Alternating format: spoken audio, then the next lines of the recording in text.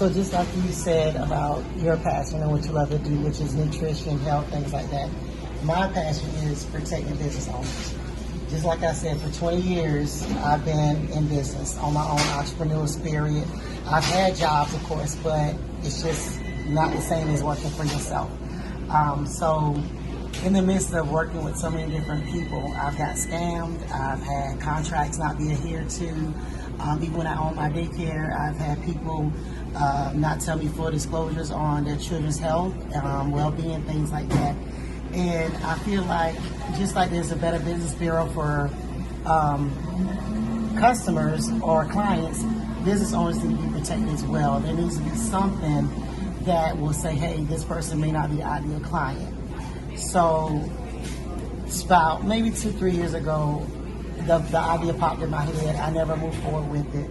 But what pushed us to move forward is we had a contract for about $15,000 on our contracting business. The customer paid an initial deposit. We had to end up doing a breach of trust, and he was arrested because he paid us $8,000. We're actively going through court right now, so I can't really discuss it much with you. But we have an investigator, the solicitor, everybody who's actively trying to get our money back from him. And so I said, well, if I had known prior to doing business with him that he was going to be this way, I would have definitely not taken on that job. So basically what happened is we took the job on, we did the work. At the end, he started trying to find things wrong. But he actually said, 95% of the work is done. So I started even negotiate with him. I said, well, if 95% is done, then give us 7 instead of 8,000. He ended up not doing anything at all. Found out his wife had a work-related injury. She ended up getting fired. And that's where the money issue with them came in. And so they decided to shortchange us instead of paying us our money.